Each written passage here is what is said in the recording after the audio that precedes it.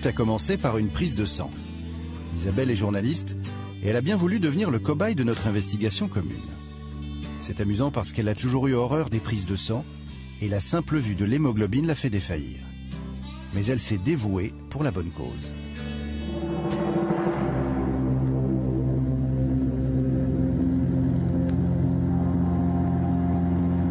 Isabelle mange plutôt sainement. La nourriture, c'est son domaine. Elle est journaliste spécialisée dans l'alimentation. Chaque jour, elle reçoit son lot d'études scientifiques alarmistes.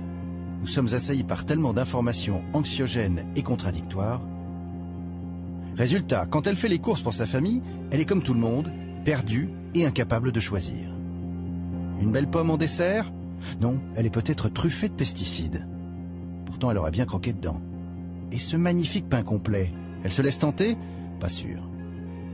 Comment savoir si les aliments qui se cachent derrière ces belles apparences, ces formes voluptueuses, ces couleurs magnifiques, sont toujours bons pour nous? Qu'en est-il? Manger peut-il nuire à notre santé?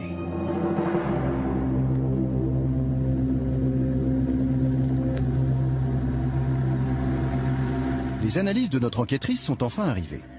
Alors, ces résultats? Attention, restez attentifs, la liste est longue. Arsenic, plomb, mercure, dioxine, furane, PCB, pesticides. La myriade des molécules toxiques contenues dans son sang s'égrène comme un inventaire inquiétant. On y trouve de tout, même du DDT, pourtant interdit des années avant sa naissance. Normal ou pas normal?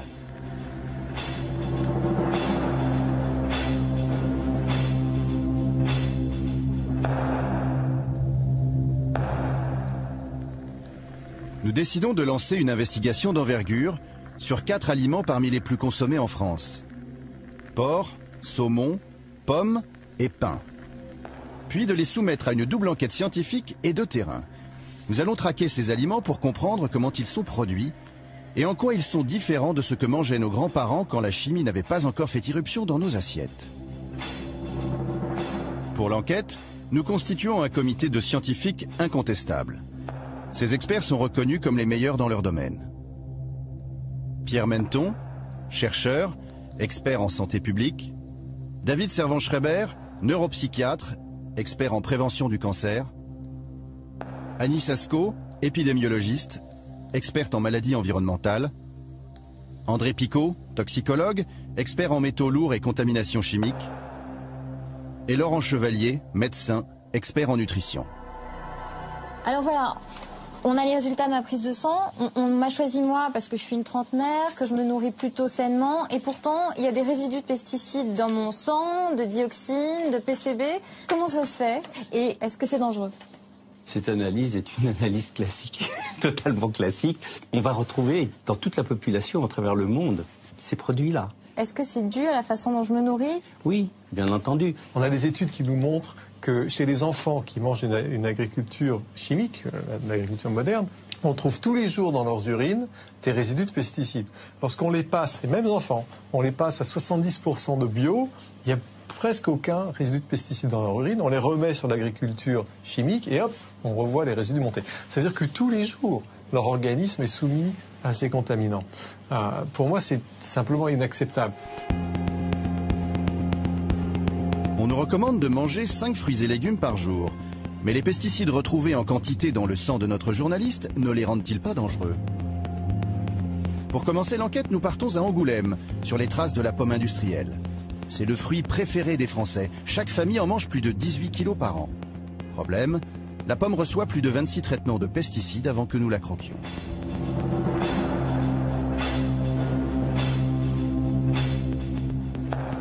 Daniel Sauvêtre est le propriétaire du verger du Tastet. Ici, on produit tous les ans 350 tonnes de pommes. Et chez ces adeptes de la culture intensive, on est persuadé que sans pesticides, point de salut. Dès l'instant où on sort de l'hiver et où les bourgeons éclatent, dès l'instant où on voit ce que l'on appelle les pointes vertes, eh bien, à partir de ce moment, commence pour nous une période extrêmement difficile puisque nous allons chercher à préserver pendant tout le cycle végétatif nos fruits des agressions extérieures, des maladies. C'est pour ça qu'il dit souvent que nous traitons souvent le pommier, puisque l'objectif, c'est pas de mettre beaucoup de produits une seule fois, mais c'est d'accompagner la pluviométrie, c'est-à-dire que à chaque fois qu'il est tombé 20 mm d'eau du ciel, eh bien, il n'y a plus présence de produits sur le végétal. Donc nous redéposons du produit sur le végétal pour pouvoir tenir les 20 mm suivants. Un traitement qui n'aura pas été fait, eh bien, les dégâts seront faits et ces pommes qui sont touchées ne seront pas vendables. Ça veut dire que sur un traitement qui n'aura pas été fait, l'économie de l'exploitation est en péril. Aujourd'hui, Thierry doit traiter 1 hectare de pommiers.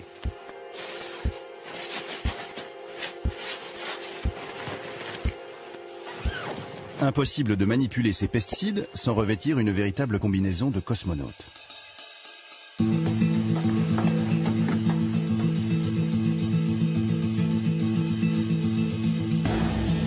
Thierry va utiliser un insecticide pour lutter contre les papillons.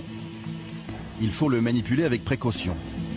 C'est un virus vivant qui va contaminer les larves. Dans le langage des marchands de produits chimiques, il existe un mot tabou. Vous ne le trouverez sur aucun emballage, aucun mode d'emploi, aucune publicité. Et personne ne le prononce jamais. Ce mot, effacé du monde de l'agriculture, c'est le mot pesticide. Il faut dire produit phytosanitaire. Phyto, c'est plus rassurant.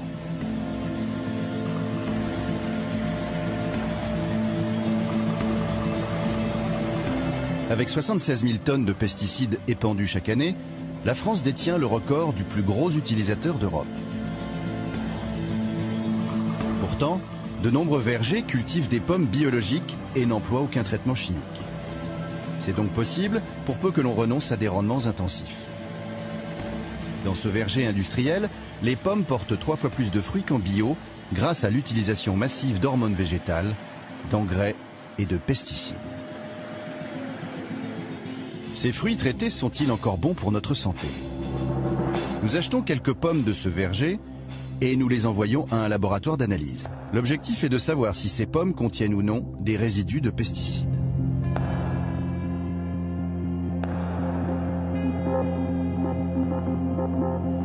En attendant les résultats, nous rencontrons Jean-Charles Boquet.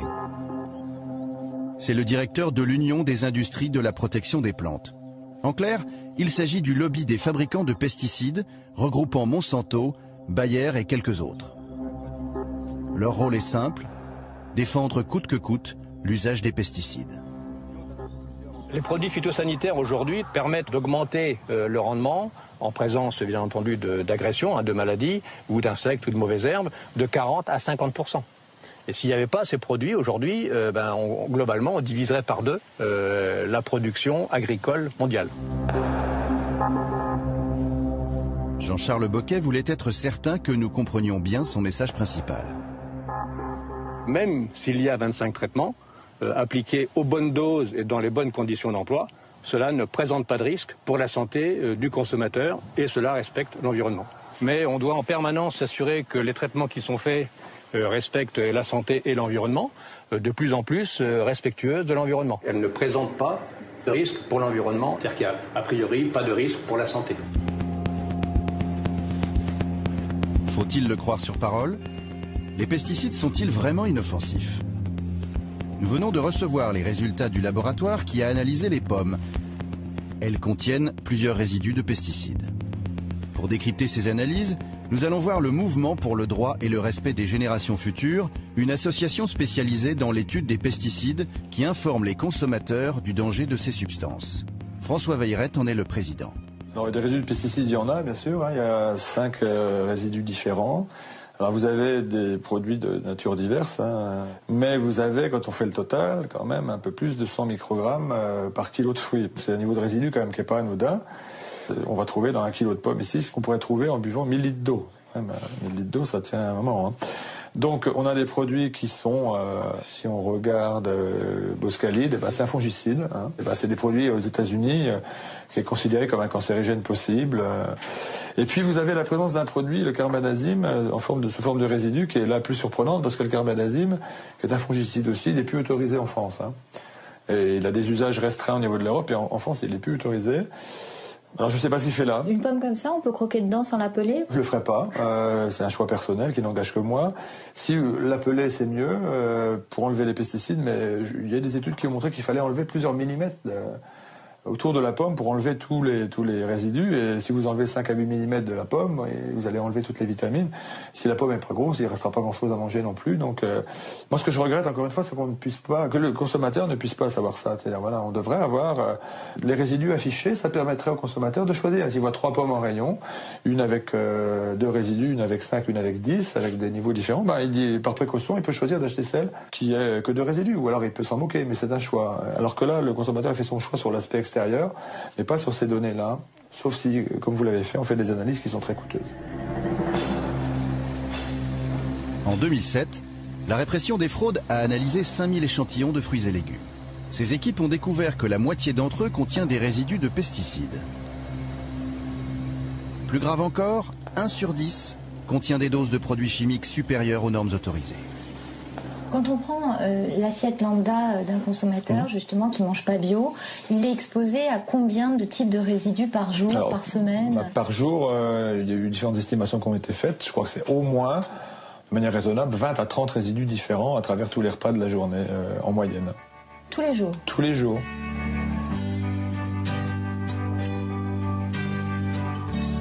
Au début de l'enquête, on a retrouvé dans les analyses de sang de notre journaliste les résidus d'une quarantaine de pesticides différents. Ces résultats sont pourtant tristement banals. On retrouverait la même chose chez chaque Français. Nous avons essayé d'en savoir plus auprès des autorités de contrôle.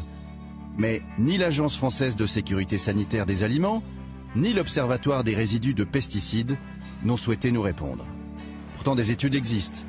Dans une récente recherche de l'INSERM, un établissement scientifique public, on apprend que la moitié des femmes enceintes ont dans leurs urines des traces d'herbicides interdits. Ces contaminations mettent-elles en danger le développement du fœtus de l'enfant? Nous retrouvons nos experts scientifiques. Qu'en pense-t-il? L'enfant est une des personnes les plus sensibles, en tout cas à l'action des cancérogènes.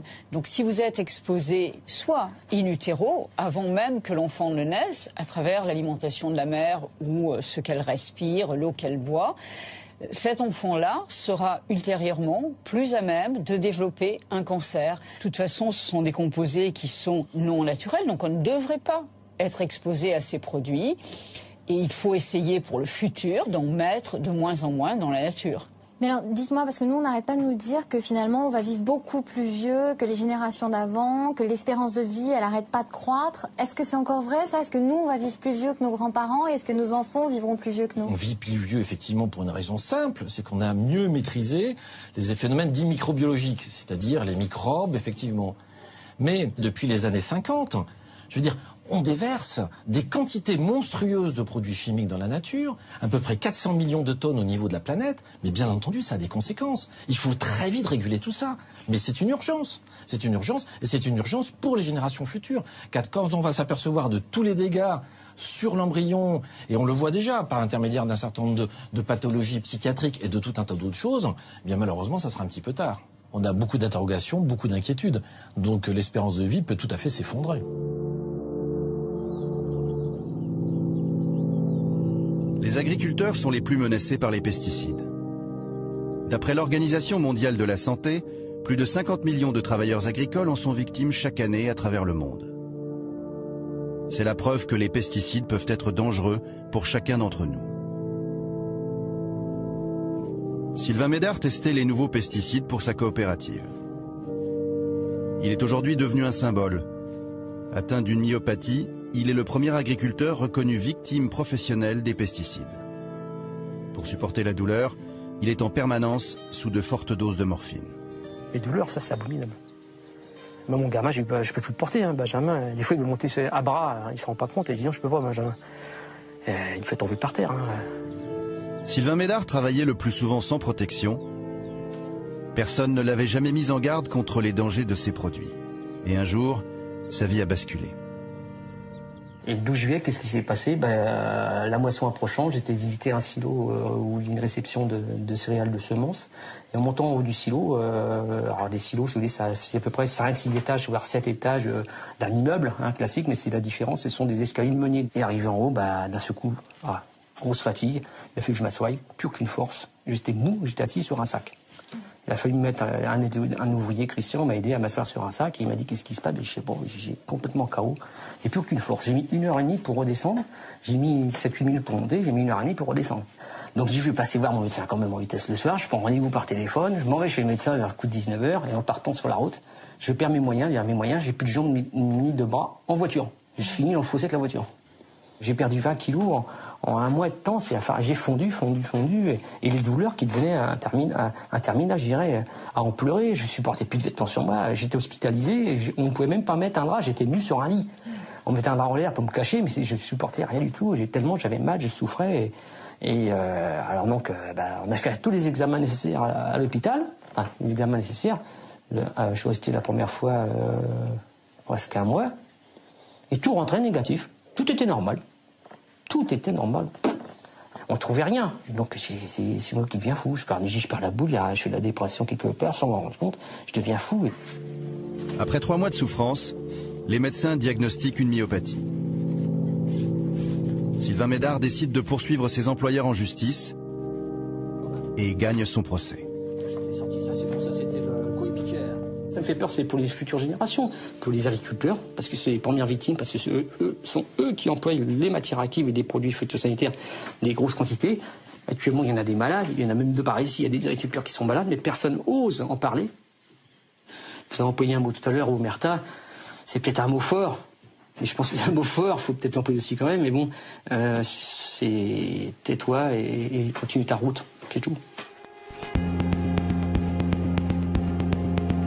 Nous retrouvons Jean-Charles Boquet, porte-parole de l'Union des industries de la protection des plantes, dans ses locaux. Ce représentant du lobby des fabricants de pesticides est-il prêt à reconnaître que les produits qu'il défend font des victimes?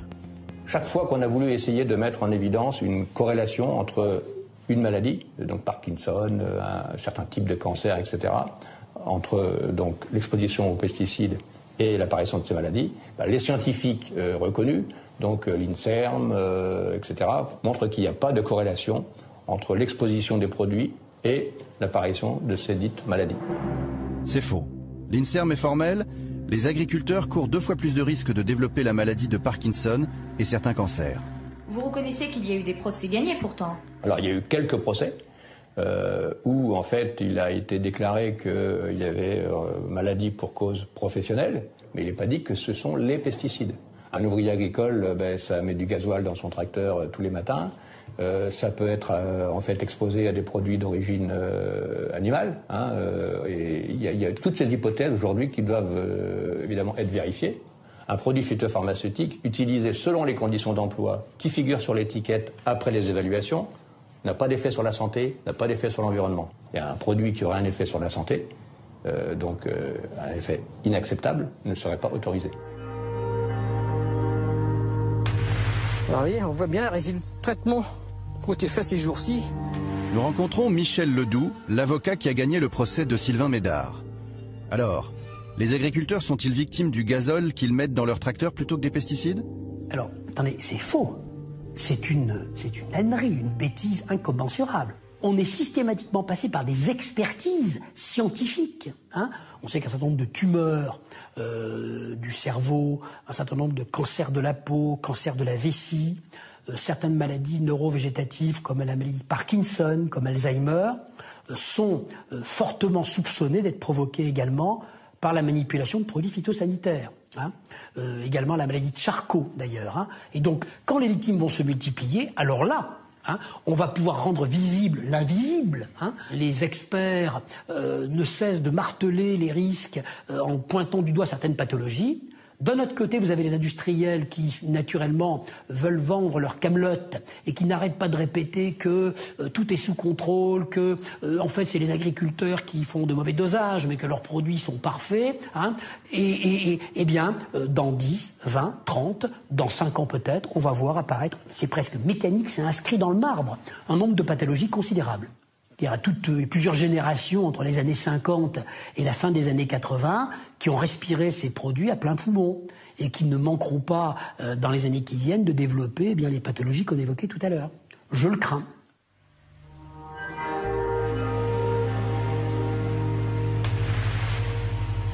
Pour l'industrie des pesticides, c'est comme si les agriculteurs malades n'existaient pas. Comme si les études démontrant le danger de ces molécules chimiques n'avaient jamais vu le jour. Quant à la majorité des agriculteurs, ils sont tellement pris par le système qu'ils n'arrivent pas à imaginer un monde sans pesticides. Le lobby des fabricants de pesticides nous a envoyés chez un agriculteur modèle, Christophe Grison, ardent défenseur de l'agriculture intensive. D'après lui, les progrès techniques auraient résolu tous les problèmes.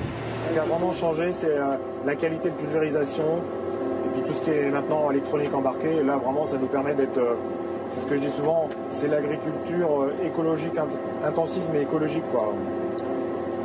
C'est un drôle de concept, ça. C'est pas un concept très courant, quoi. Non, mais on commence à en entendre parler pas mal, là. L'agriculture écologiquement intensive. Voilà, c'est le nouveau terme à la mode. Et les écolos, ils emploient pas ce mot-là, quand même. Non, les écolos, ils souhaiteraient qu'on puisse nourrir tous les êtres vivants sur Terre à horizon 2050, environ 9 milliards, vous m'avez dit 10 milliards, sans produits phytosanitaires, sans engrais. Moi, je dis que c'est pas possible. Techniquement, je ne suis pas contre l'agriculture biologique, bien au contraire. Il y a des idées très intéressantes à prendre chez eux. Malheureusement, moi, sur mon exploitation, je ne peux pas produire sous label agriculture biologique. Je ne peux pas me passer des produits phytosanitaires pour désherber. Je ne peux pas me passer des produits fongicides pour soigner mes plantes lorsqu'elles sont malades. Vous-même, si vous êtes malade, rien ne vous empêchera de prendre, si vous avez mal à la tête, du paracétamol. Je ne vois pas pourquoi moi je ne devrais pas soigner mes plantes s'il y a un besoin qui s'en ressent.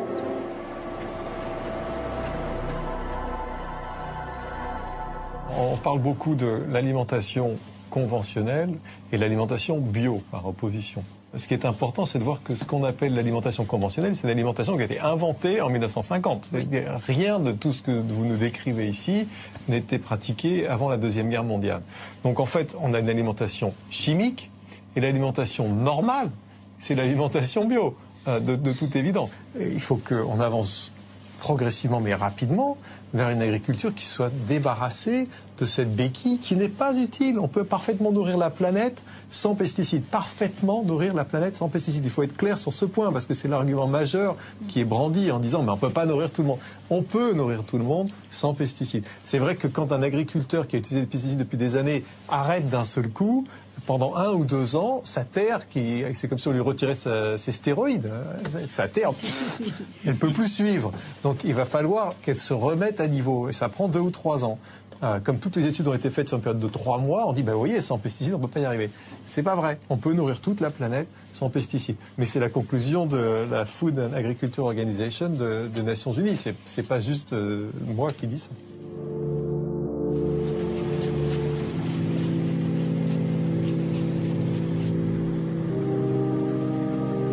Au cœur de l'été, nous retournons chez l'agriculteur Christophe Grison.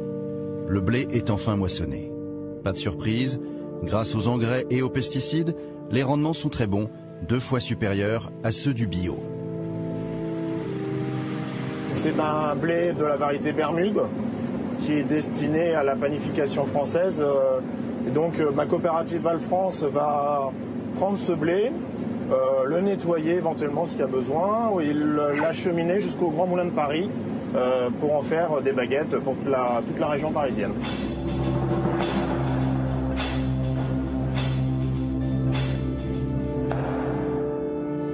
Du champ de blé au pain que nous achetons chez le boulanger, nous poursuivons l'enquête.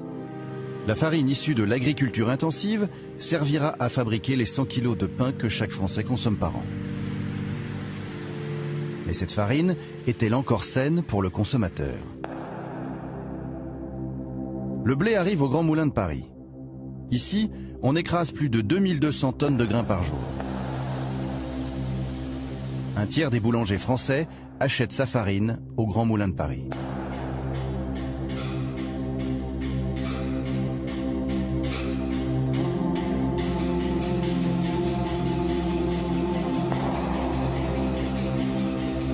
Nous décidons d'envoyer un échantillon de farine complète des Grands Moulins de Paris au laboratoire d'analyse chimique. Contient-elle des résidus de pesticides? Les résultats d'analyse dévoilent la présence de 2 pesticides en quantité importante, le pyrimifos méthyle et le piperonil butoxide.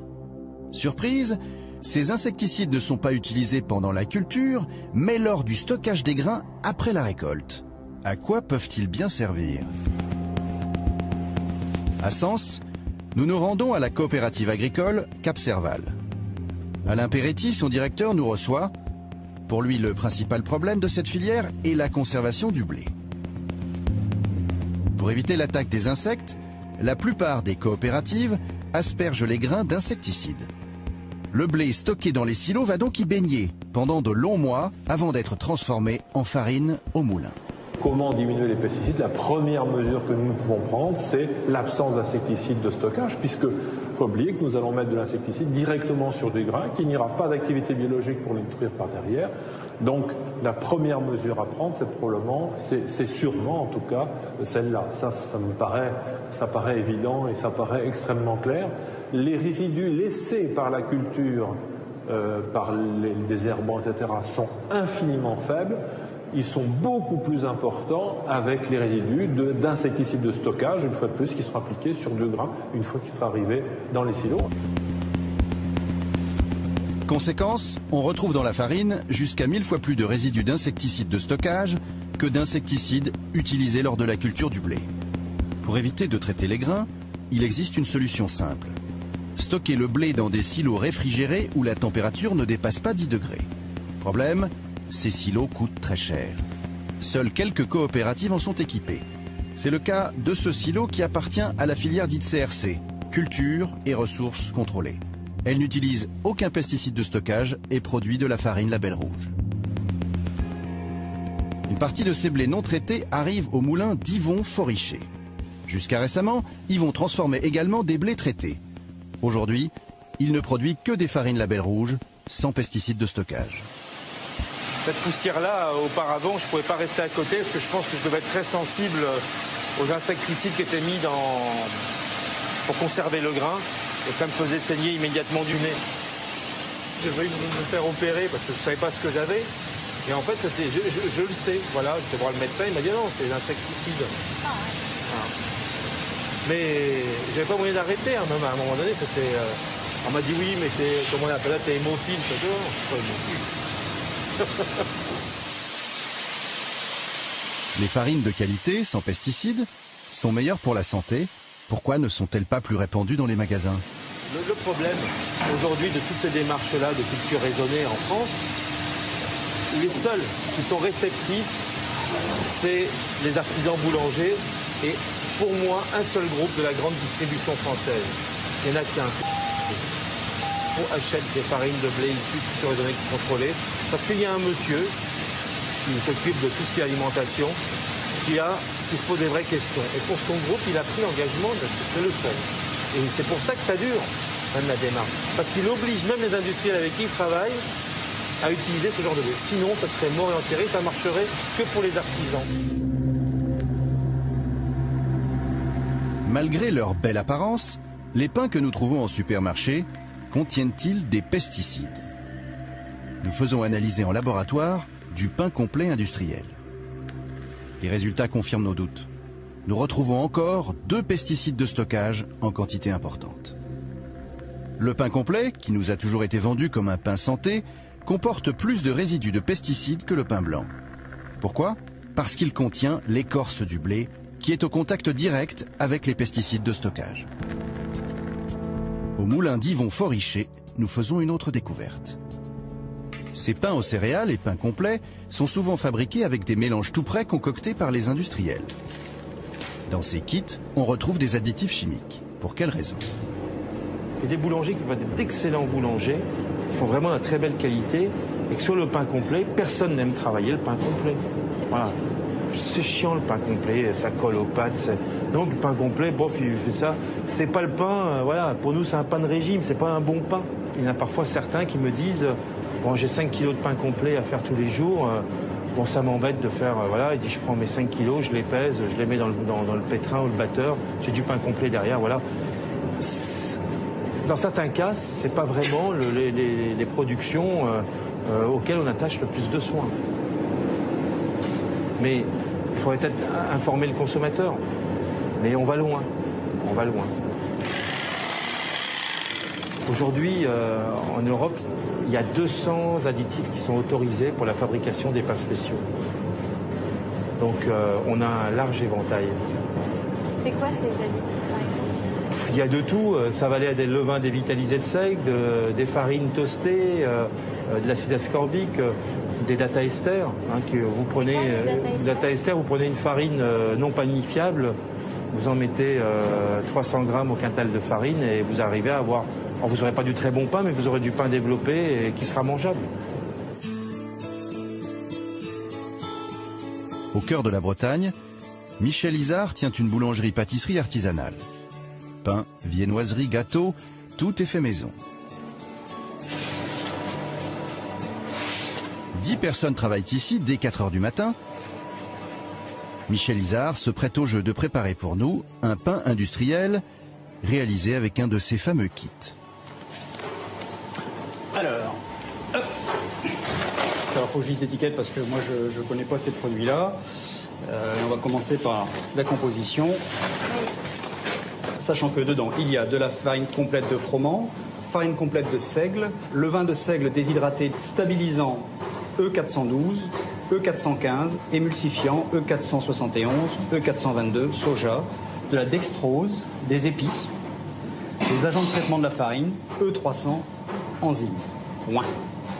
Quand c'est quelque chose comme ça, c'est que ça va quand même nous traverser le corps. Donc s'il y a des additifs, surtout sur le pain complet avec les fibres, ça va obligatoirement laisser des traces à l'intérieur. Pour réaliser cette recette miracle, il suffit de suivre la notice écrite en gros sur l'emballage. Videz le sac, mélangez pendant 5 minutes. Voilà, donc là on voit qu'on a une pâte qui est extrêmement compacte. Peu d'intérêt. Ça n'a pas d'odeur. Ah si, ça a une odeur. Enfin, ça sent pas bon, ça n'a pas de vie, quoi. Voilà. Allez, on va pétrir. 6 petites minutes de pétrissage. Ce qu'il y a, c'est que dans le pain, il n'y a pas de magie. Faire du pain en 1 heure, si on pouvait avoir le même résultat qu'en 12 heures, tout le monde le ferait.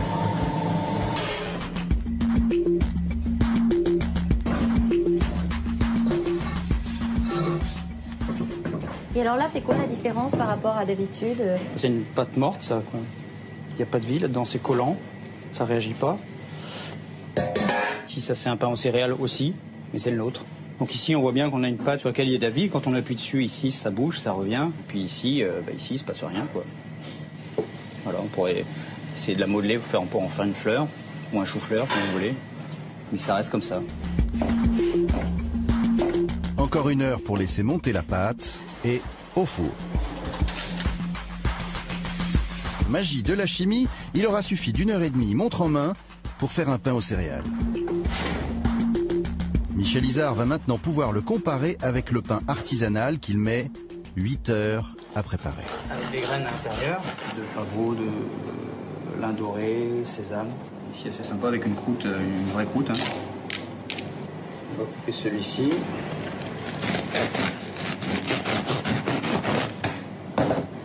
Au nez, ça vaut beaucoup de venir sentir, Isabelle. Ouais, ça sent pas bon. Hein. Ça sent un savon un peu. Quoi. Ici, on retrouve le même toucher. Vous vous souvenez tout à l'heure quand on appuyait dessus cru, hop, la pâte revenait. Ici, quand on appuyait dessus cru, en fait, ça gardait la forme de la fleur qu'on a fait. Et on pourrait refaire une fleur ici. J'ironise, mais c'est pas loin quand même. Et comment le consommateur il s'y retrouve finalement? On ne le voit pas réellement. Hein. C'est difficile. Après, ça va réellement être la confiance qui doit aussi se créer entre l'artisan et son client. Et la communication que l'on a avec nos clients en disant voilà comment je travaille, voilà pourquoi je travaille comme ça. Aujourd'hui, il vaut mieux, à mon avis, il vaut mieux rien faire que faire ça.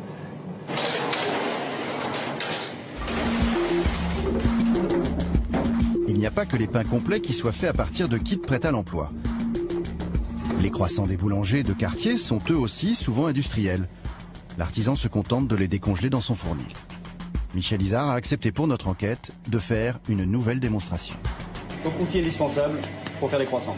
Ça paraît étrange, mais si. Donc on ouvre, le beau carton et le beau sachet. Et on prend les croissants, alors pas spécialement délicatement, c'est pas vraiment nécessaire. Et on les pose avec amour sur la plaque. C'est du congelé? Ah, c'est du congelé, oui. Voilà, et une fois que ça c'est fait, eh bien on va mettre ça dans les tubes à pousser, pour qu'ils prennent un peu de volume. Et derrière un peu de dorure et au four, terminé. Donc la manip, ça va durer 2 minutes pour faire 10 croissants. Découverte stupéfiante, en France, un artisan boulanger sur 2 ne fabrique plus ses viennoiseries. La raison est simple, un croissant surgelé est prêt en 10 minutes, quand il faut plusieurs heures pour faire un croissant maison. Conséquence, les croissants industriels sont comme le pain, truffés d'additifs chimiques. Alors voilà, 200 additifs différents dans les pains synthés. Alors nous, on les achète plus cher en plus en espérant se faire du bien et il semblerait que ce ne soit pas forcément le cas, quoi. Qu'est-ce que vous pensez de ça? Tous ces additifs, 200 additifs qui sont utilisables, ce qu'il faut comprendre, c'est tous les additifs que vous ajoutez, finalement, ont aussi des conséquences. Et un certain nombre sont des produits de synthèse. Il y a toujours des conséquences quand on utilise des produits de synthèse. Alors on peut les minimiser, bien entendu. Donc finalement, c'est une histoire absolument sans fin. Et alors, comment se fait-il que le secteur de la boulangerie-meunerie, alors j'insiste, les boulangers et les meuniers ne soient pas capables de produire donc du pain de qualité nutritionnelle actuellement? C'est absolument incompréhensible. Vous avez des pains qui sont toujours trop salés, beaucoup de sel. Vous avez des pains donc qui contiennent des pesticides, alors c'est vrai, d'autant plus que ce sont des pains complets. Et puis vous avez donc tout un tas d'additifs qui sont rajoutés là-dedans. Malheureusement, le pain complet et le pain multicéréales surtout sont les meilleurs pains pour la santé parce qu'ils permettent de limiter la montée du sucre dans le sang. Mais du coup, c'est important qu'ils soient bio. Moi, je crois qu'il faut revenir au pain traditionnel. Nos grands-mères ne mettaient pas ça dans leur pain, le boulanger de nos grands-parents ne mettait pas ça dans le pain, c'est quand même assez extraordinaire. On veut augmenter le volume du pain, on lui rajoute dans tout un tas de pains industriels des matières grasses, alors que justement l'intérêt du pain, c'est qu'il n'y a pas de matières grasses. Mais il y a une dérive, bien entendu, qu'il convient de rapidement réguler, très très rapidement réguler, par la réglementation. Il n'y a pas que le pain qui ne ressemble plus guère à celui de nos grands-mères. L'ensemble de notre alimentation a subi des mutations. Une métamorphose qui frappe également le vivant, et notamment le porc.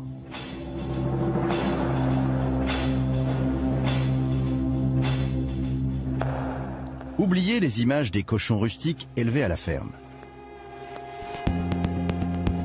Le porc est la viande la plus consommée en France. Chaque famille en mange plus de 35 kilos par an. C'est donc sur elle que se sont concentrés tous les efforts de la recherche scientifique pour satisfaire au mieux les demandes de la grande distribution. Souvent attaqué, le milieu porcin est un univers clos, hostile à la présence de caméras. Exceptionnellement, nous sommes reçus chez Michel Poirier, propriétaire de l'une des plus grandes porcheries industrielles de France, située à Empoigné près d'Angers.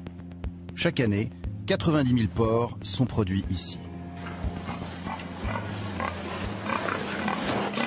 Donc, si nous rentrons dans la verraterie, c'est-à-dire l'endroit où se trouvent les verras, qui servent de reproducteurs pour l'élevage et la naissance des porcelets.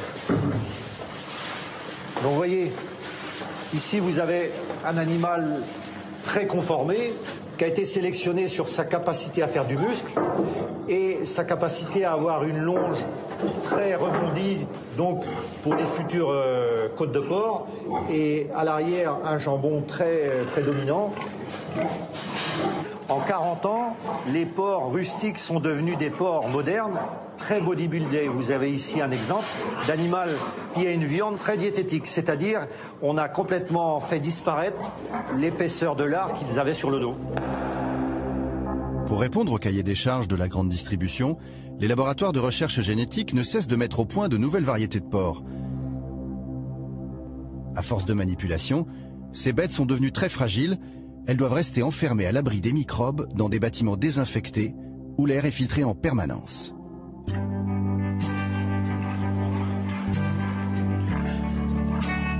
Pour eux, fini la romance. La reproduction se fait uniquement par insémination artificielle. Le reste de l'élevage ne partage pas les conditions privilégiées des athlètes reproducteurs.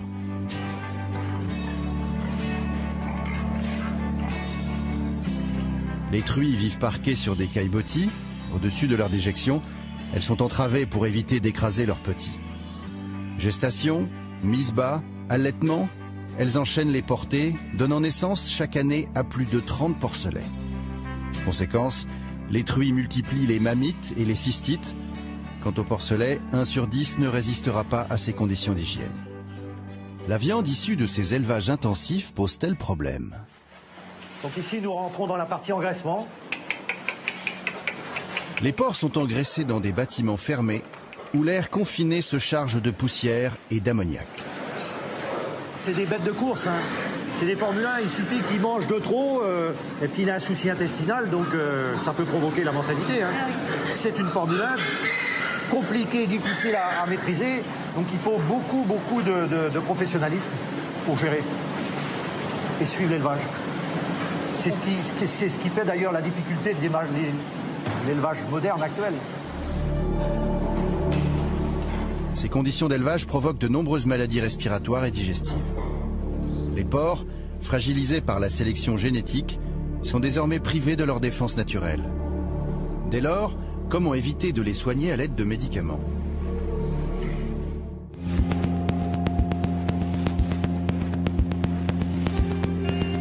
Les antibiotiques sont devenus une question taboue pour les éleveurs. Ils affirment ne presque plus en utiliser. Pourtant, le dernier rapport des autorités sanitaires confirme que les ventes de médicaments restent stables. D'ailleurs, depuis 10 ans, les porcs absorbent à eux seuls la moitié des antibiotiques de France. Nous avons rendez-vous dans un autre élevage à la pointe de la Bretagne pour essayer d'en savoir un peu plus.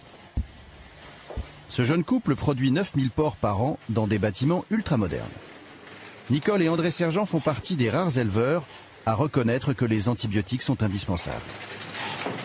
Il y a un vétérinaire qui est salarié de la coopérative, qui passe dans l'élevage régulièrement et qui ensuite prescrit en fait pour cet élevage le plan, on va dire, sanitaire pour les semaines et mois à venir. Et pour les administrer, ces médicaments, vous pouvez le faire, non? Alors, toutes les administrations, que ce soit des injections directes à tel ou tel animal par rapport à un petit problème qu'il peut avoir, donc là, ce sont nous qui faisons ces interventions, et également, si c'est un traitement collectif sur un lot qui peut arriver, également ce sera l'éleveur qui va le faire. Et si j'interviens, c'est beaucoup à Panari ou ce genre de choses, un peu de diarrhée, et ponctuellement quoi. Un problème de diarrhée, on va traiter juste, et là on utilise donc des pompes doseuses, c'est directement dans l'eau. Parce que même s'ils ne mangent pas, ils vont boire. Donc on est sûr qu'ils sont traités. Voilà.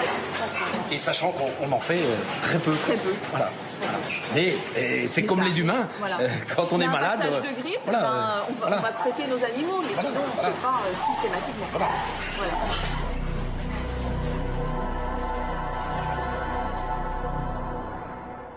Voilà, alors là, vous êtes vraiment à l'intérieur d'un élevage industriel. Vous voyez comment ça se passe. Est-ce qu'il y a un risque, en tout cas, peut-être que je me tourne vers vous, André Picot, qu'il y ait des résidus d'antibiotiques dans la viande, et est-ce que dans ces cas-là, c'est problématique pour l'homme? Le gros problème, c'est que depuis quelques années, on a beaucoup amélioré le type d'antibiothérapie chez les porcs. Autrefois, on utilisait des antibiotiques qui donc étaient facilement détectables.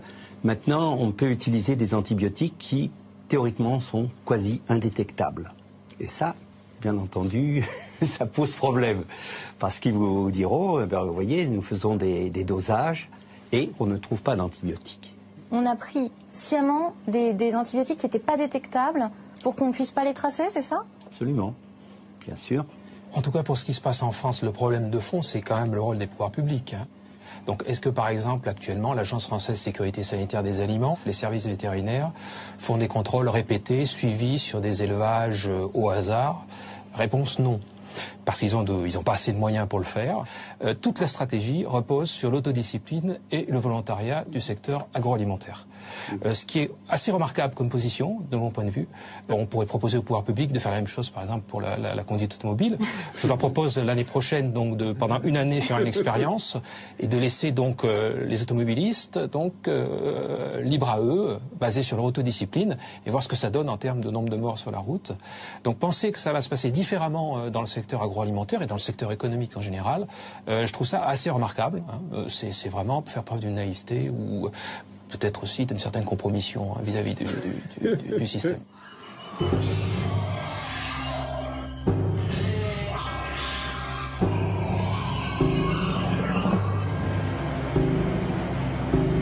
Pas assez de contrôle des éleveurs, pas assez de contrôle de l'alimentation. Mais si un porc est contaminé, comment le savoir? La dernière barrière avant notre assiette, c'est le contrôle à l'abattoir. Pénétrer dans un abattoir est devenu presque impossible. Ces images sont donc particulièrement rares. Nous rencontrons le directeur de cet abattoir situé à Montauban de Bretagne. Tout animal qui serait stressé lors de l'abattage, ça a forcément des répercussions sur la qualité de la viande. Là-dessus, c'est vrai qu'on travaille beaucoup pour éviter que les animaux soient stressés, qu'ils soient le plus paisibles, le plus zen possible, quoi.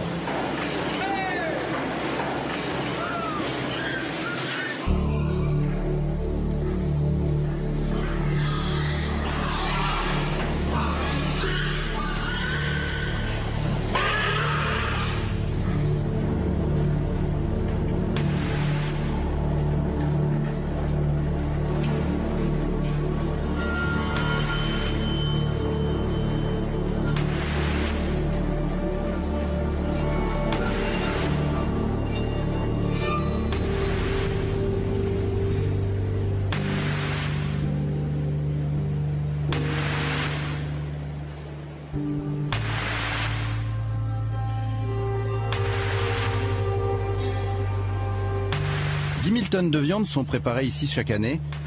Quels critères sont pris en compte pour déclarer la viande saine pour le consommateur? Monsieur Sidibé est le chef vétérinaire de cet abattoir. C'est sur ses épaules que repose la totalité des contrôles. Mais en quoi consiste-t-il exactement? Si nous, on constate que sur une bête, il y a des piqûres et l'animal présente quand même des conditions physiques, des répercussions physiques pas normales, bon, ça peut nous amener à suspecter l'utilisation des produits, quoi. Voilà.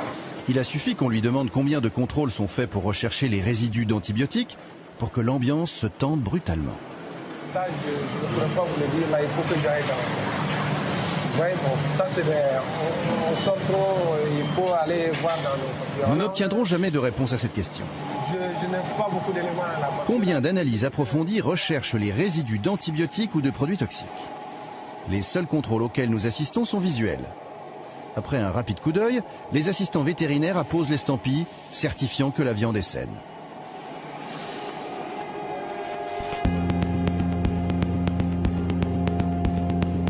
Certains abattoirs font-ils plus de contrôles que d'autres? Quelques kilomètres plus loin, nous sommes attendus à la Copperle. Ce gigantesque abattoir est l'un des plus imposants de France. Il a accepté à titre exceptionnel de nous laisser filmer ses chaînes de production. 45 000 porcs sont abattus ici chaque semaine. Sophie Bertrand, responsable qualité, est notre guide. Il y a 60 000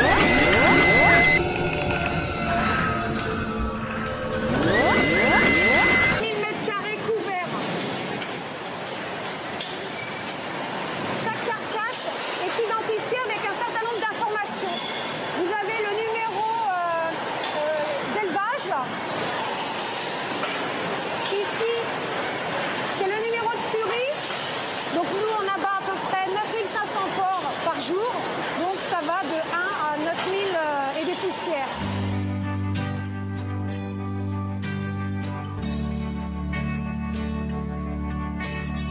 Dans cette immense usine, il n'y a que 12 vétérinaires pour contrôler chaque jour plus de 9500 carcasses. Après un rapide calcul, nous réalisons que cela ne leur laisse que 30 secondes pour juger de la qualité des porcs et décider si cette viande peut finir ou non dans nos assiettes. Mais comment font-ils? Les vétérinaires, ils regardent l'aspect visuel de la carcasse et des abats qui correspondent à la carcasse. C'est une inspection visuelle. On regarde visuellement si tout va bien. Oui, voilà. C'est tout, quoi. Voilà. Mais ça, il faut savoir que c'est quelque chose qui est nationalement validé. Il n'y a pas de distinction d'un abattoir à l'autre. Il y a une grille bien spécifique. Mais c'est de l'inspection visuelle. Alors, le contrôle visuel pour repérer les résidus d'antibiotiques, je ne sais pas ce que ça peut donner. C'est des contrôles qui sont essentiellement des leurres, soyons clairs. À mon sens, le problème est après, par exemple, dans les jambons. parce que là, ça change la donne. C'est plus l'élevage des porcs, mais ce qu'on va mettre pour que le jambon se conserve. À ce moment-là, eh bien, on va être obligé de le bourrer d'additifs, et de façon obligatoire, parce qu'on n'a pas d'autre solution. Ce sont des nitrates, quelquefois des nitrites, donc c'est encore pire. Et puis, il faut bien entendu lui donner de l'aspect. On va le gorger en polyphosphate.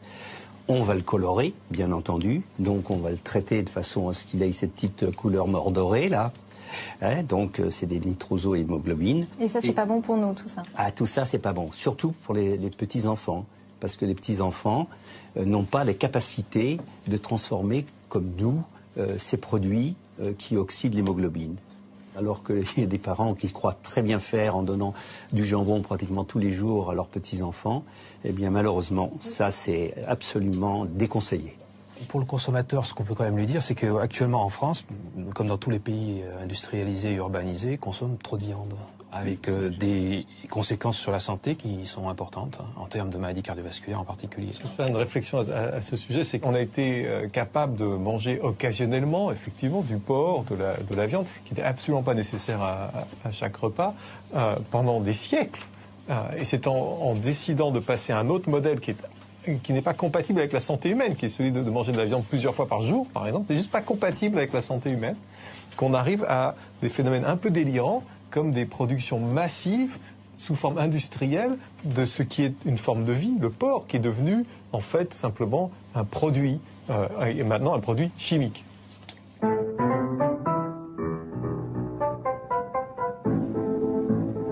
L'élevage porcin est à l'image de toute l'agriculture française.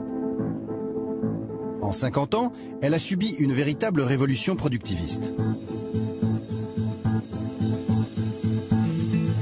Au lendemain de la Seconde Guerre mondiale, la France n'est pas capable de nourrir seule sa population. La solution ? Améliorer les rendements. Pesticides, engrais, recherche génétique, mécanisation, l'agriculture intensive est née.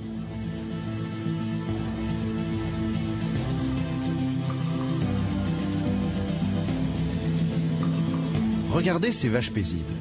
Ce sont leurs derniers moments de quiétude passés dans les champs. Bientôt, cette image sera l'exception.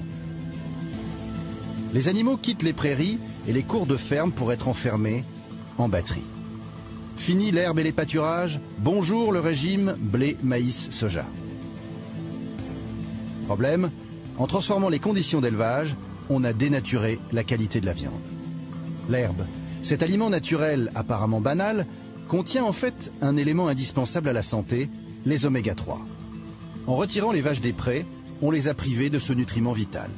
Du coup, la viande, les œufs, le lait, le beurre et le fromage que nous mangeons ne contiennent pas assez d'oméga 3. Et par conséquent, notre organisme en manque aussi. Déjà, d'emblée, David Servan-Schreiber, si vous pouviez nous dire qu'est-ce que ça fait un déséquilibre oméga 3, oméga 6 sur le corps humain et en quoi c'est gênant? Il faut d'abord comprendre ce que c'est les oméga 3 et les oméga 6. Voilà, exactement. Toutes les cellules du corps ont besoin d'acides gras, de certaines graisses pour fabriquer leurs membranes, pour échanger entre elles. Et puis ces graisses sont ensuite transformées dans le corps pour agir sur tout un tas de fonctions biologiques. Il y en a deux, les oméga 3 et les oméga 6, que le corps ne peut pas fabriquer et qui pourtant sont indispensables à son fonctionnement. Donc c'est une situation un peu paradoxale. J'ai besoin de quelque chose pour toutes mes fonctions, mais je ne peux pas le fabriquer. Ça ne peut provenir que d'une seule source, votre assiette. Si vous ne les mangez pas, ils ne sont pas dans vos cellules. S'ils ne sont pas dans vos cellules, il y a tout un tas de conséquences derrière, dont certaines catastrophiques. En plus, ces oméga 3 et ces oméga 6 ont des fonctions très différentes. Les oméga 6, par exemple, favorisent l'inflammation, favorisent la coagulation du sang et stimulent la croissance des cellules dans le corps. Les oméga 3 font l'inverse. Tant que les deux sont en équilibre, tout va bien. Simplement, depuis qu'on est passé à l'alimentation industrielle, les oméga 6 sont en augmentation constante et les oméga 3 sont en chute. Donc on se retrouve avec des aliments qui nous chargent en facteurs inflammatoires, qui coagulent notre sang, qui ont tendance à rendre le sang plus coagulable, et qui stimulent la croissance des cellules. Chez un adulte, les seuls types de cellules qui peuvent croître, c'est le gras et le cancer. Donc on donne en fait, quand on déséquilibre l'alimentation en chargeant en oméga 6 et en réduisant en oméga 3, on donne des facteurs qui peuvent promouvoir la croissance du cancer et qui font grossir les gens. Donc un œuf de 1960, j'ai pu retrouver des études là-dessus, un œuf de 1960 avait à peu près autant d'oméga 3 et d'oméga 6, c'était un aliment santé qui nous apportait des oméga 3. Un œuf de 2000, il y a une étude dans le New England qui le montre, un œuf de 2000 contient 20 fois plus d'oméga 6 que d'oméga 3. Donc on l'a transformé en un aliment pro-inflammatoire et qui stimule la croissance des cellules.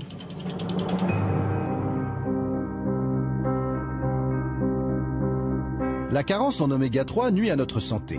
Mais alors, comment revenir en arrière et redonner à la viande les oméga 3 qu'elle a perdus? L'association Bleu Blanc Cœur travaille depuis 10 ans à nous offrir une alimentation plus saine et plus équilibrée. Ils sont partis d'une idée simple.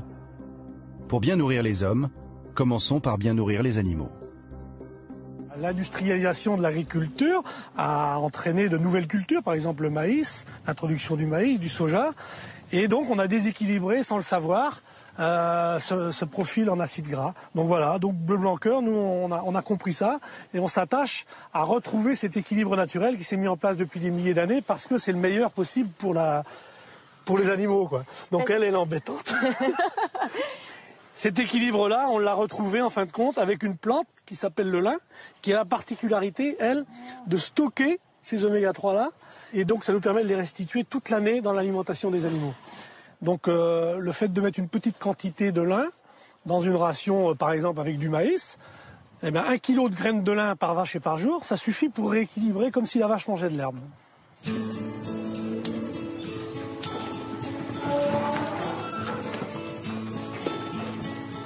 Ici, on a un aliment qui contient 50% de graines de lin. Si tous les éleveurs de France font ça pour leurs vaches, on a l'équilibre. Et pour les aliments complets, parce que pour les filières porc, donc là c'est incorporé dans le granulé, quoi. Pas besoin de le rajouter.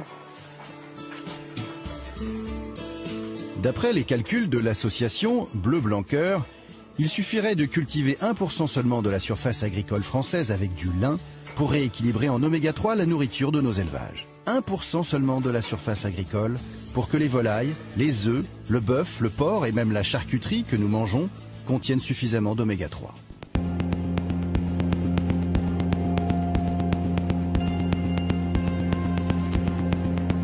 Comment être certain que cette solution est la bonne? Nous décidons d'approfondir l'enquête en faisant un test scientifique. L'INRA, l'Institut national de recherche agronomique, met ses chercheurs et son laboratoire à notre disposition. Objectif: comparer la composition moléculaire de 3 tranches de jambon achetées en grande surface. 2 issues d'élevage classique, la 3e vient d'un porc nourri avec des graines de lin. Sur l'emballage, il est d'ailleurs précisé « enrichi en oméga 3 ». C'est ce que nous allons tenter de vérifier avec ce test.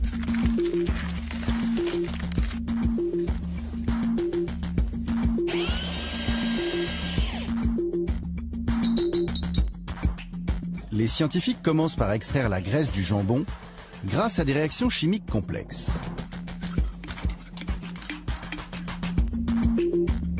La dernière phase de l'expérience, la chromatographie en phase gazeuse, donne la composition exacte des tranches de jambon. Les résultats sont sans appel. Le professeur Moureau, responsable du laboratoire, nous les commente. Donc la courbe bleue, c'est le jambon issu de porc qui a mangé des oméga 3. Donc la courbe est beaucoup plus importante que les 2 autres jambons qui sont issus de porc standard où la quantité d'oméga 3 est beaucoup plus faible. Donc la courbe bleue, il y en a à peu près 3 fois plus que les autres jambons. Et ici, on voit que les animaux qui auront mangé des graines de lin ont moins d'oméga 6 que les autres, ce qui fait donc que c'est très bon pour la nutrition, à la fois plus d'oméga 3, moins d'oméga 6. Donc un animal qui va manger beaucoup d'oméga 3 aura beaucoup d'oméga 3 dans sa viande, alors qu'un animal qui va en manger peu en aura peu.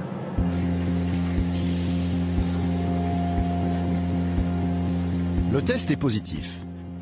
Le porc nourri avec du lin est bien meilleur pour la santé que les jambons industriels classiques. Alors, pourquoi seules quelques marques le commercialisent? La réponse est économique. Les viandes de meilleure qualité reviennent un peu plus chères aux éleveurs. Pour un porc, comptez à peine 2 € de plus par carcasse, soit 2 centimes plus cher par kilo de viande. 2 centimes pour protéger notre santé. Qui refuse de payer? Les éleveurs vendent aujourd'hui leur porc 30% moins cher qu'il y a 15 ans. Ce n'est donc pas d'eux que peut venir l'effort. La solution la plus simple ne serait-elle pas que la grande distribution accepte de baisser ses marges? Dans ce système, ce n'est pas la qualité qui prime, mais la quantité. C'est ce qui explique que dans nos supermarchés, nous trouvons principalement des viandes pauvres en oméga 3 et donc moins bonnes pour la santé. Pour l'instant, l'industrie n'a pas encore pris la mesure du fait qu'elle avait une véritable responsabilité santé et qu'il fallait tenir compte de cet équilibre oméga 6, oméga 3. Moi, ce que je leur demande, c'est d'imposer que tous les produits animaux soient équilibrés en oméga 3, oméga 6. Je ne leur demande pas d'imposer comment on y arrive, mais ça devrait être des produits qui soient comparables à ceux que nous mangeions en 1950. Il n'y a pas de raison de tolérer une telle dérive dans la nature même de ce qui nourrit la population. Moi, je me souviens très bien, dans l'affaire du sang contaminé, on reprochait de ne pas avoir assez parlé. Et donc, on était coupable parce qu'on n'avait pas assez parlé. Bah, là, on parle.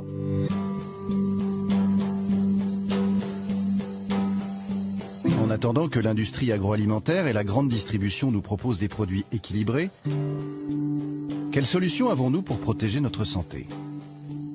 Que devons-nous manger au quotidien? En Bretagne, une équipe de chercheurs a fait une expérience intéressante.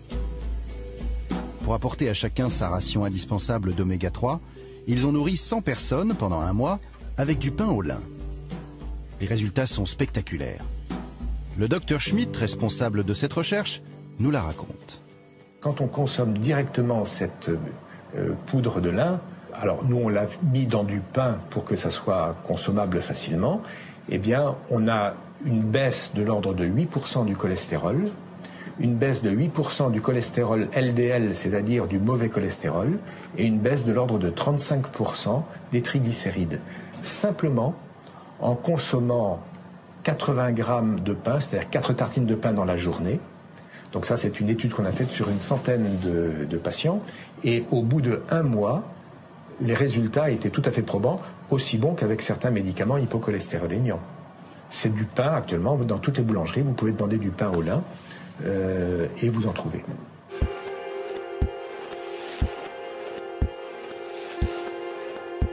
Les huiles et les graisses sont une autre source importante d'oméga 3 pour notre organisme. Mais comment choisir parmi la multitude de bouteilles qui envahit les rayons des supermarchés? Laquelle est la meilleure? L'huile de colza, c'est une huile de consommation courante qui contient le plus d'oméga 3. Donc grosso modo, dans une huile de colza, vous avez de l'ordre de 10% d'oméga 3, moyennant quoi, il y a beaucoup d'antioxydants dedans, il y a de la vitamine E, etc. et c'est stable. Et ces 10% d'oméga 3, c'est excellent pour la santé. Donc c'est un contributeur qui est important, mais qui ne doit pas être le seul, puisqu'il faut aussi des contributeurs animaux, c'est-à-dire la filière terrestre et la filière maritime. Le poisson reste la meilleure source d'oméga 3. D'ailleurs, pour les nutritionnistes, c'est un aliment santé qu'il faut manger et donner à manger à ses enfants. Pourtant, les alertes sanitaires nous mettent en garde contre les PCB contenus dans la chair des poissons. Au début de l'enquête, nous avions retrouvé du PCB dans les analyses sanguines de notre journaliste. Le saumon, réputé bon pour la santé, serait-il en cause dans la présence de ces matières toxiques dans notre sang?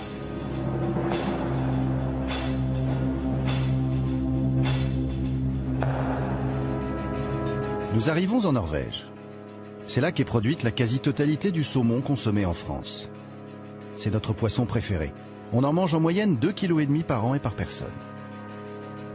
Le poisson sauvage a quasiment disparu de notre assiette. Il a été remplacé par le saumon d'élevage. Il conserve une image de produit de luxe, mais est devenu relativement abordable. Pour comprendre comment ce poisson est élevé, nous nous rendons chez Marine Harvest, le plus gros producteur de saumon au monde.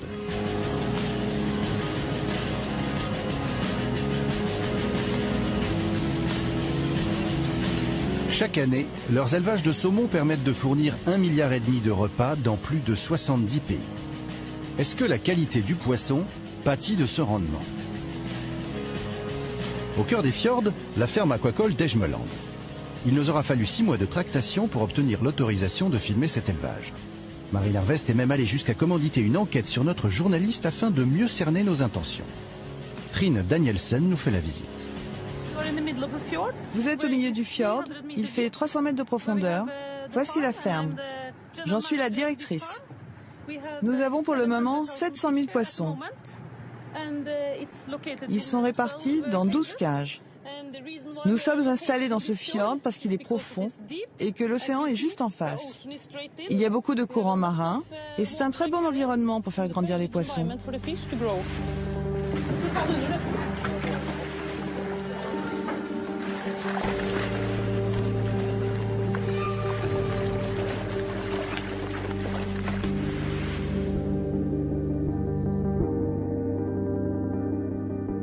Ces 20 dernières années, l'élevage du saumon a beaucoup évolué. C'est la génétique qui a largement permis de faire progresser l'industrie du saumon.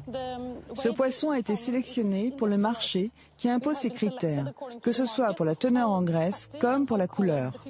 Tout au long du processus, on écoute le marché et l'on fait évoluer le poisson au maximum de ses capacités en fonction de ce que veut le marché.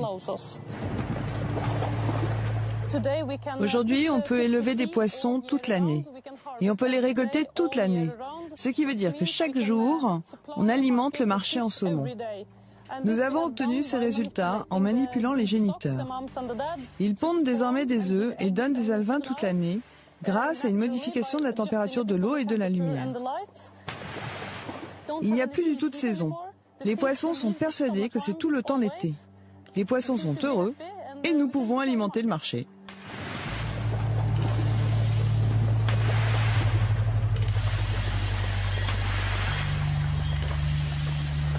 Les saumons industriels sont nourris artificiellement. Un réseau de tuyaux leur distribue 3 fois par jour des granulés contenant un mélange de farine de poisson et d'huile végétale.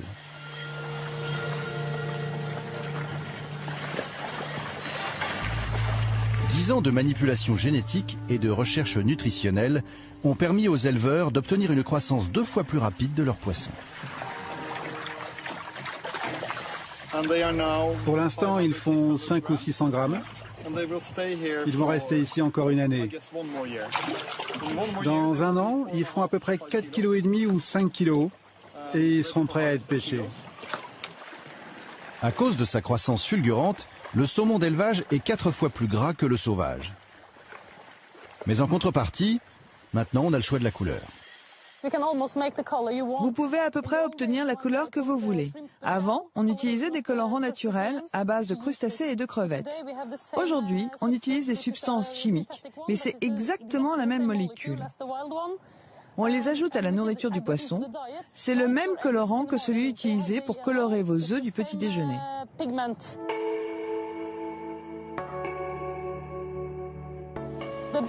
Les grandes chaînes de supermarchés françaises nous disent « on veut un poisson comme ça » et nous leur fournissons ce qu'elles veulent.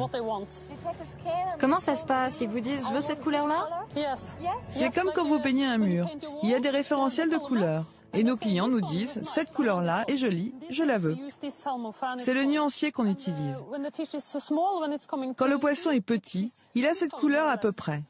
Quand il grandit et atteint 2 kilos, il a cette couleur-là. Et quand il sera prêt à être récolté, il sera comme ça. Et les Japonais, ils aiment quoi? Peut-être celle-là, je ne sais pas. Et les Français? Ils sont à peu près par là. Oui, le 27.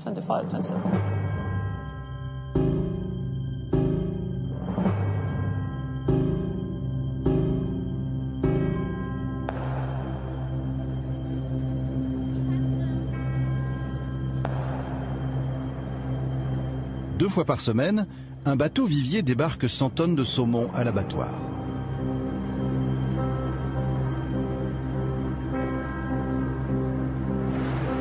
Dans les cales de ce gigantesque aquarium flottant, 18 000 saumons s'entassent.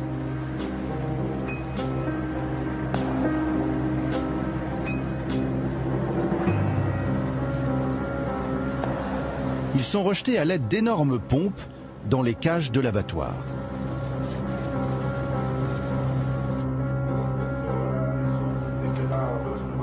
Le transfert doit être rapide. Les saumons nagent dans leurs excréments. L'eau se charge alors d'ammoniac et les poissons risquent d'étouffer.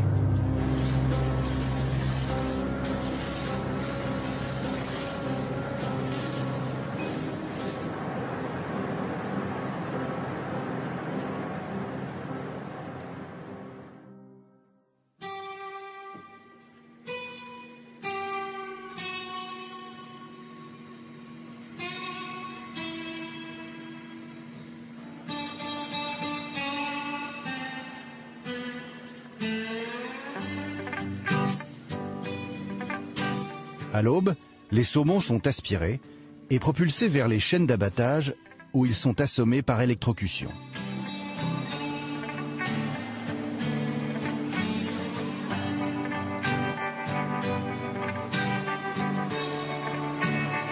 Ils sont ensuite égorgés un par un.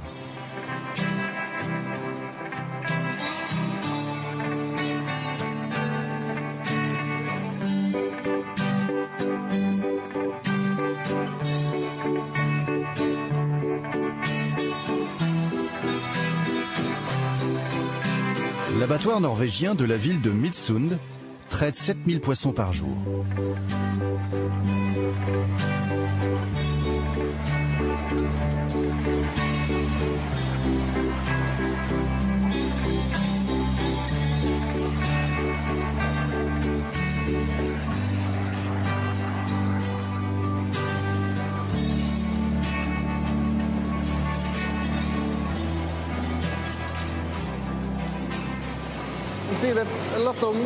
Vous voyez, il reste beaucoup de viande autour de la tête, du collier et autour des arêtes.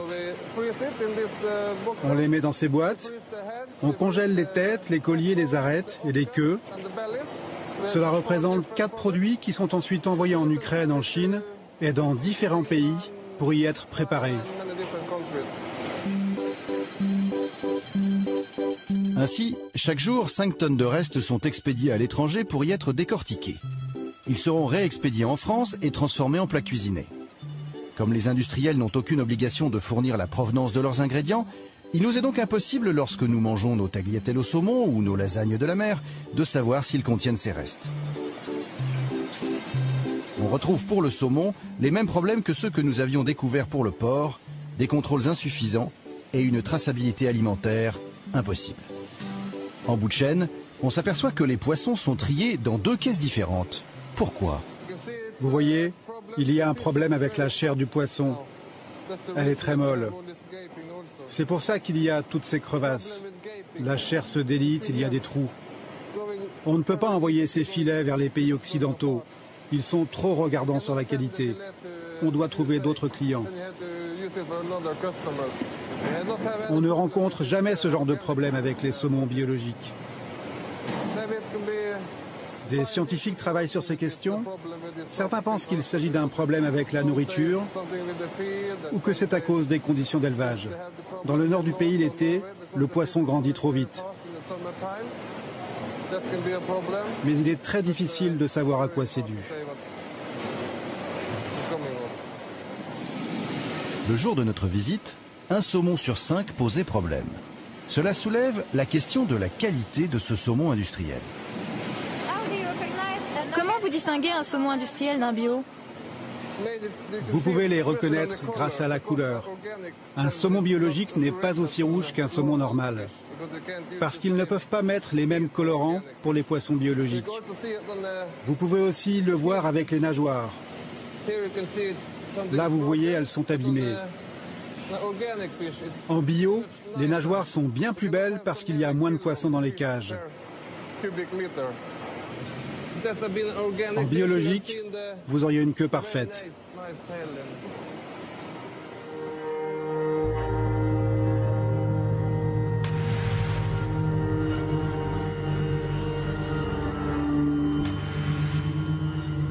Pour tenter de comprendre l'influence des conditions d'élevage sur la qualité des poissons, nous décidons d'aller voir si celles du bio sont meilleures.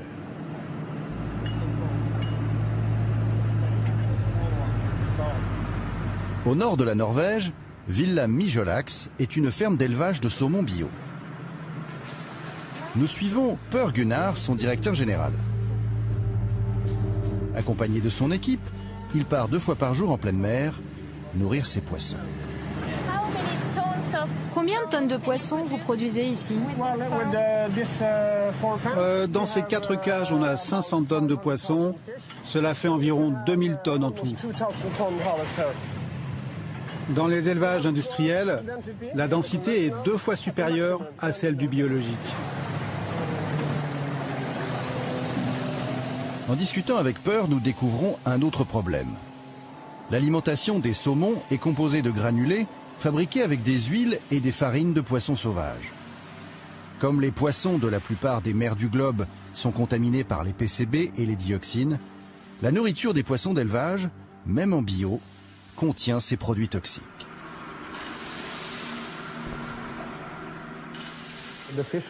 Les poissons de la mer Baltique, de la mer du Nord et même de la mer de Barents ont des niveaux très élevés de PCB et de dioxines. Il est possible aujourd'hui de nettoyer les huiles et les farines extraites de ces poissons, mais pour l'instant, ce n'est pas fait à grande échelle. Il y a des discussions scientifiques sur le fait que si l'on nettoie ces huiles, on risque aussi de retirer des bonnes choses.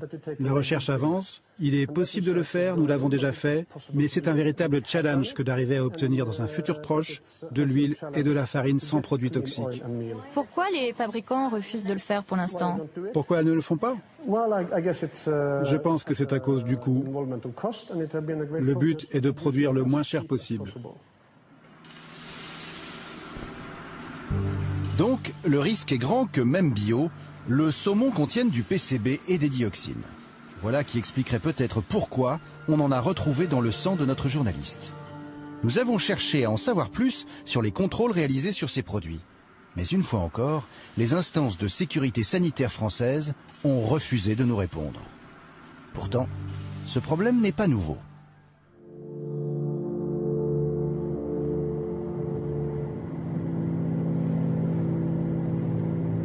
Les PCB retrouvés dans ces poissons sont le résultat de plus de 40 ans de pratiques industrielles. Durant cette période, 1 milliard de tonnes de PCB, ainsi que des métaux lourds et des dioxines ont été rejetés dans les rivières et les océans. Aujourd'hui encore, notre environnement reste largement contaminé.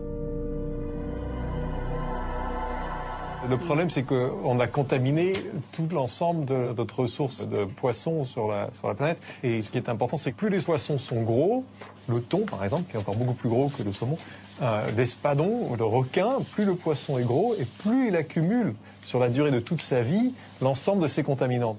Si vous prenez du thon, vous ne pouvez pas trouver à l'heure actuelle à travers le monde, des thons qui sont en dessous de 1 milligramme, ce n'est pas des microgrammes, 1 milligramme de mercure par kilo de poids frais.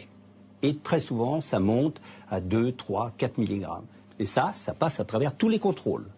En Suède, le ministère de la Santé préconise pour les femmes qui sont enceintes ou qui vont le devenir de ne pas consommer plus d'une fois par mois, c'est pas par semaine, une fois par mois, ces poissons prédateurs. Il faut qu'on fasse attention à ce qu'on dit sur ce point-là, parce que de toutes les études à ce jour montrent que les femmes qui consomment plus de poissons pendant leur grossesse ont des enfants qui sont dans l'ensemble meilleur poids de naissance, en meilleure santé, un meilleur système immunitaire, moins d'asthme, moins de diabète et des QI qui vont jusqu'à 7 points supplémentaires de QI à l'âge de 4 ou 5 ans, simplement parce qu'ils ont eu assez d'oméga 3 pendant la grossesse. Si on se mettait à arrêter complètement le poisson pendant la grossesse pour éviter le mercure et le PCB, qu'il faut éviter, c'est vrai, on tombe dans l'extrême inverse. C'est pour ça que les médecins qui pratiquent la nutrition comme nous ont tendance à recommander les petits poissons, les sardines, les anchois, les entiers, les maquereaux et le saumon de temps en temps. Le thon commence à être un poisson qu'on ne peut presque plus recommander. Il faut bien comprendre que ces dioxines, ces PCB, etc., sont ce qu'on appelle lipophiles, c'est-à-dire s'accumulent dans les graisses. Et elles restent. Ça ne s'élimine pas comme ça. Donc ça reste. Pour ne rien dire du fait que ce n'est pas un produit que nous allons accumuler. Nous ne sommes pas exposés à un seul produit à la fois tout au long de notre vie. Nous sommes exposés à des dizaines, des centaines de produits, dont beaucoup restent effectivement, surtout dans nos tissus adipeux. Et donc là, on ne peut pas dire que même si chaque produit était à la dose légal, il n'y aura pas d'effet de cette accumulation à les produits multiples. Il y a une espèce d'effet cocktail finalement de tous ces produits. Et en fait, le vrai problème, c'est que tous ces produits, eh bien, ils arrivent dans l'alimentation ensemble. L'organisme ne trie rien.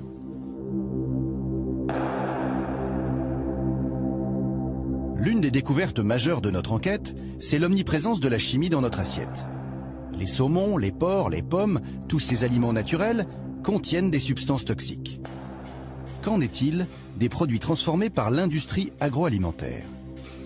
Dans le TGV pour Paris, nous achetons un déjeuner au wagon-restaurant. Un geste banal pour la plupart des voyageurs, mais pas pour nous, qui traquons désormais sans relâche la malbouffe. nous remarquons avec amusement que toutes les filières de l'enquête que nous menons depuis plusieurs mois sont rassemblées en un seul repas. L'effet cocktail est là, devant nous. Du pain, de la viande, du poisson, des légumes, des fruits. Nous connaissons maintenant bien ces produits, nous savons ce qu'ils cachent. Mais ils réservent encore de belles surprises. La préparation industrielle a ajouté quelques intrus. Une ribambelle de E. Des correcteurs d'acidité, des acidifiants, des émulsifiants, des colorants, des antioxygènes, des épaississants, des gélifiants, des stabilisants, des conservateurs. Au final, 18 additifs dans le sandwich, 12 dans le cake, du mauvais gras et du sucre en surdose.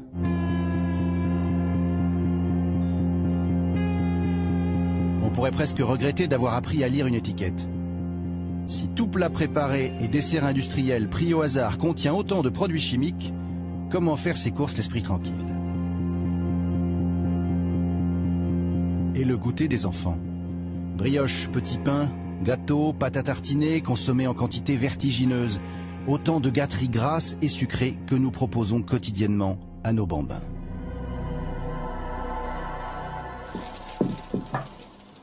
Alors, qu'est-ce que vous en pensez un petit peu? Ça, c'est un petit peu un florilège de tout ce qu'on donne à nos enfants au goûter. C'est pas la peine d'aller produit par produit. Il y a plus de 90% des produits actuellement proposés aux consommateurs en France qui sont déséquilibrés sur le plan nutritionnel. Hein. Plus de 90%. Donc autrement dit, ça veut dire que tous les produits qu'il y a ici sur cette table sont déséquilibrés sur un plan nutritionnel. Et c'est l'offre globale et le fait qu'il n'y ait pas d'alternative qui soit donnée de toute façon aux consommateurs actuellement hein, pour se nourrir convenablement. C'est pratiquement impossible, on va dire. Et qu'est-ce qu'on prend à goûter alors pour les enfants? Du pain avec un peu de chocolat noir. Et des fruits. Et une pomme ou une banane ou une poire. Et Nutella? Et Nutella, on prend ou on prend pas? C'est très très très chargé en sucre. Donc on prend pas? Pas mon choix. Très énergétique. David Savant-Schreiber, on mange plus de sucre aujourd'hui qu'on en mangeait il y a quelques années? Ça, c'est extraordinaire. On a des données précises là-dessus. Au 19e siècle, on consommait 5 kilos de sucre raffiné par personne et par an. 5 kilos. À la fin du XXe siècle, en 2000, en France, on était à 37,5 kilos de sucre raffiné par personne et par an. On se demande même par où passent ces 37,5 kilos. Si vous êtes 4 dans la maison, ça fait 140 kilos de sucre blanc qui passe. Donc tous ces produits-là, ça participe aux 37 kilos qu'on mange. Évidemment. Le pire, ce sont les boissons sucrées. C'est-à-dire que si vous mettez 3 sucres dans votre café ou dans une tasse de thé, vous dites j'exagère un peu. Dans une canette de Coca-Cola, il y en a 12 morceaux de sucre. Je crois qu'il faut laisser tomber tout ça. Vous auriez pu rajouter aussi ici les céréales petit déjeuner, hein, tout ça, c'est pas bon à la santé. Alors, en prendre de temps en temps, oui, mais en prendre tous les jours, par exemple, en sortant de l'école, ou truc comme ça, ce n'est pas bon du tout. Qu'est-ce qu'on risque alors à en prendre tous les jours? Ce qu'on risque, c'est développer à 30 ans, 40 ans, 50 ans, une hypercholestérolémie, hein, un diabète, une obésité, un surpoids, après une maladie cardiovasculaire qui va avec, infarctus, AVC, certains types de cancers. Et puis voilà, donc une santé qui va se dégrader très rapidement et qui va être dramatique à être vécue. Hein. Conséquence directe de cette nourriture industrielle, l'obésité. Il y aurait 6,5 millions d'adultes obèses en France, 2 fois plus qu'il y a 12 ans. Plus grave encore, l'obésité infantile sévère s'est accrue de 300% en 15 ans. Or, cette maladie a des conséquences graves sur notre santé. Le professeur Marmuse est spécialiste de la chirurgie digestive à l'hôpital Bichat à Paris. Toutes les pathologies qui peuvent survenir, les principales, enfin, on peut les classer schématiquement en 2 groupes. Il y a celles qui vont mettre votre vie en danger. Alors c'est toutes les pathologies cardiovasculaires, hein, c'est l'athérosclérose, l'insuffisance cardiaque, le risque d'infarctus, le risque d'accidents vasculaires cérébraux. C'est le diabète, qui est quand même extrêmement fréquemment associé à l'obésité, dont on sait que c'est le plus grand pourvoyeur d'obésité et d'insuffisance rénale terminale. Et bon, voilà, c'est essentiellement les maladies métaboliques et les maladies cardiovasculaires. Et puis vous avez toutes les pathologies qui vont pas mettre votre vie en danger, mais qui vont vous pourrir la vie. C'est-à-dire toutes les pathologies articulaires, vous n'allez plus pouvoir marcher, avec des problèmes dans les genoux, il va falloir vous mettre des prothèses. D'après certaines études, l'obésité diminuerait l'espérance de vie de 10 ans. Je suis encore jeune, bien sûr. J'ai encore jamais eu de problème de genoux, mais j'entends les gens qui disaient mal aux genoux. J'avais du mal à monter les marches quand même. Donc, et puis au niveau du cœur, mon père est décédé d'une crise cardiaque à 47 ans. Donc c'est là qu'on a décidé de me prendre en main. Je commence à avoir des problèmes de santé au niveau des articulations des chevilles, du genou. Du coup, je me fais suivre pour perdre du poids, quoi. Parce que j'ai quand même presque 80 kilos à perdre. Et à 30 ans, c'est un peu dommage, quoi. Monter des escaliers et être essoufflé à la longue, c'est énervant. Et ensuite, reprendre son souffle, le cœur qui s'emballe pendant au moins 10 minutes. Donc là, j'ai 30 ans, bientôt 30. C'est que le début, donc si je continue dans ce rythme-là, qu'est-ce que je vais être à 50 ans? Sommes-nous tous égaux face à l'obésité? Bien s'alimenter coûte souvent plus cher et les plus démunis se tournent vers des aliments riches en calories, mais pauvres en nutriments.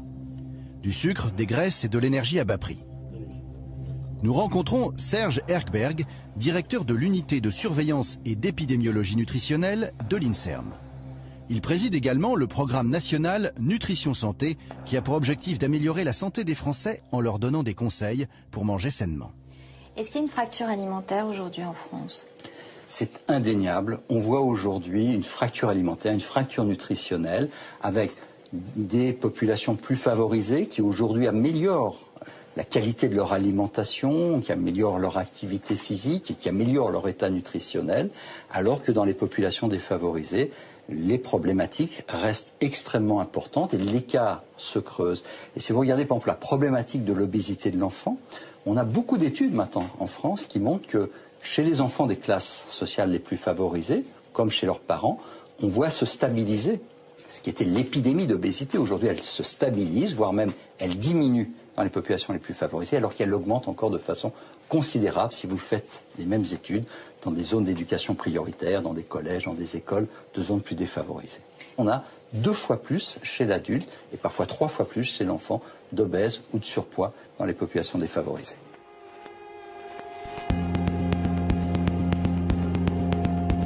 Au terme de notre enquête, nous retrouvons à son bureau notre expert, David Servan-Schreiber.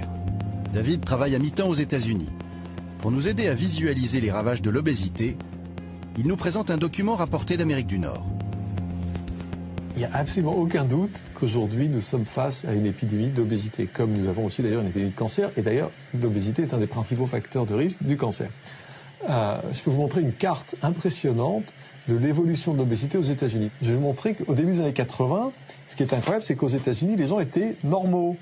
J'ai vu des gens qui avaient une morphologie normale. Vous voyez ici la carte de l'obésité. On ne parle pas juste de surpoids, on parle d'obésité, c'est-à-dire des gens qui sont d'obésité morbide, qui ont du mal à marcher, qui ont des troubles médicaux liés à leur surpoids imposant. On voit ici la carte américaine de tous les États des États-Unis. Au fur et à mesure des années, vous allez voir les années défiler et vous allez voir des couleurs apparaître comme le orange, avec 25% des gens qui ont une obésité morbide, jusqu'au rouge où on est à plus de 30% des gens, plus d'une personne sur 3 en obésité morbide. Des choses qui sont inconcevables. Et sur une période de temps extrêmement courte. Voilà à quoi ça ressemble. 85, 87, 89. 91, 93, 95, 97, 2000, on est à 20% d'obésité. 2001, les premiers États avec 25%. 2002, 2003, 2004, 2005, premiers États avec 30% d'obésité. 2006 et 2007. Donc sur une période de 22 ans, vous voyez simplement une explosion du phénomène d'obésité aux États-Unis. Où en sommes-nous en France? Nous sommes au début de cette courbe. Il nous appartient de faire en sorte d'éviter de tomber dans cette épidémie.